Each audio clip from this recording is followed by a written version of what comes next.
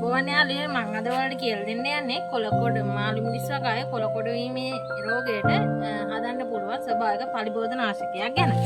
මේ පලිබෝධනාශකයෙන් අපිට අවශ්‍ය වෙනවා කටුව නෝදකොළ ඒ වගේම සාමාන්‍ය රෙදි හොදන සබන් කැටයක්. ඉතින් අපි බලමු කොහොමද මේ පලිබෝධනාශකය හදාගන්නේ කියලා. මුලින්ම කිව්වොත් කොළකොඩ වීමේ රෝගයට හේතු වෙන සතුන් වන්නේ පැලමැක්ක, සුදු මැස්ස, මයිටාවා යන සතුන් වයින් තමයි කොළකොඩ වීම බෝ වෙන්නේ. ඒ වගේම අපි කටුවනෝද කොළ ගන්න හේතුව තමයි කටුවනෝද කොළවල අඩංගු ස්වභාවික කහට ගතිය මේ පැලමැක්ක, සුදු මැස්ස, මයිටාවා වගේ සතුන් අපිට කොළකොඩ මේ රෝගය මර්ධනය කරගන්න පුළුවන්. ඉතින් අපි බලමු කොහොමද මේ ස්වභාවික පලිබෝධනාශකය හදන්නේ කියලා. ඉතින් මෙන්න මේ වගේ නෝද ගෝල් ටික මේ භාජනයේට කඩලා දාගන්න. මේ පලිබෝධනාශකයේ මේ නෝද කොළ ප්‍රමාණය වැඩි වෙන තරමට හොඳයි. මොකද වැඩි කහට ගතියක් අපිට ලබා ගන්න පුළුවන්.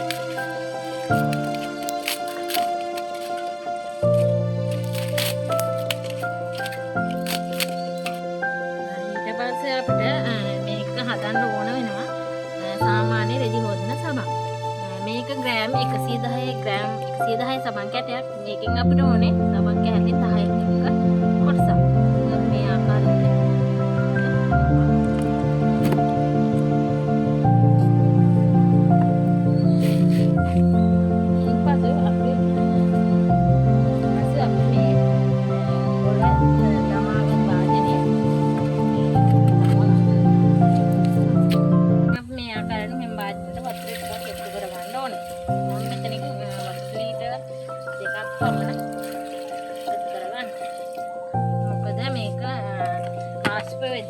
ලීටර් එකමාරක් වගේ ප්‍රමාණයකට වතුර ප්‍රමාණය අඩු වෙනවා. ඉතින් අපි දැන් මේ සබන් කෑල්ලක් මේකට දාමු. ඉතින් අපි බලමු මේක පැයක් වගේ කාලයක් දැම්මෙන්න තියන්න ඕනේ. ඊට පස්සේ අපි බලමු කොහොමද මේක හැදෙන්නේ කියලා. ඊයාලනේ මේ තියෙන්නේ පැයකට පස්සේ අපි මේ තඹාගත් පලිබෝධනාශකය. ඊයාලනේ මේ තියෙන්නේ අපි තඹාගත් පලිබෝධනාශකය පෙරා භාජනයෙන් ලබාගත් ආකාරය. මේ ස්ප්‍රේ පුඩලකින් මේ සාන්ද්‍රණය තනක කරලා ජලයේ කොටස් මේ පලිබෝධනාශක කොටස් එකට ජලයේ කොටස් තුනක් මිශ්‍ර කරලා තමයි අපි සාන්ද්‍රණය හදාගන්නේ. ඊයාලුවනේ අපි බලමු මේ පලිබෝධනාශකය කොහොමද තනු කරගන්නේ කියලා.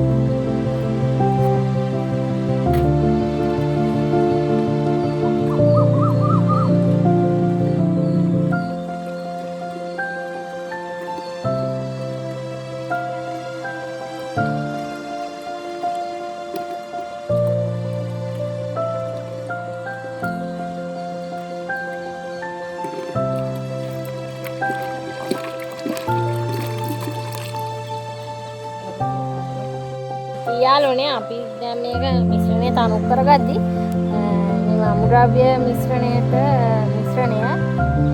අණු 3ක් වශයෙන් තනු කරගන්න ඕනේ. මේ ආකාරයට අපි බෝතලෙන් ජලය එකතු කරගන්න ලබනවා.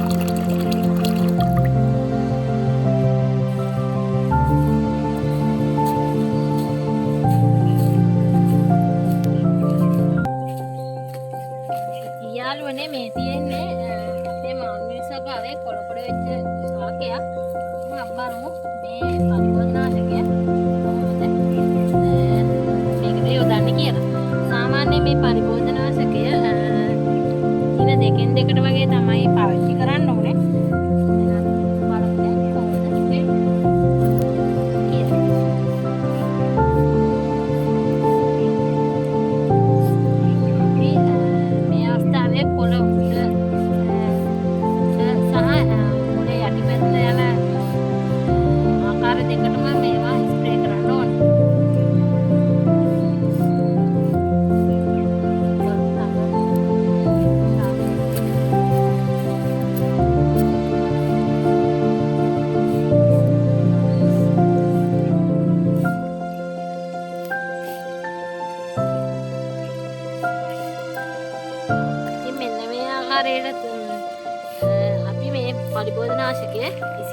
කරගන්න ඕනේ.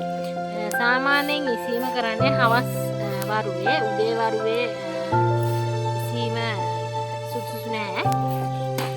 ඉතින් අපිට මේ රෝගය දවස් 4කට පසු පොළ වර්ධනය පොළ දවස් සහිත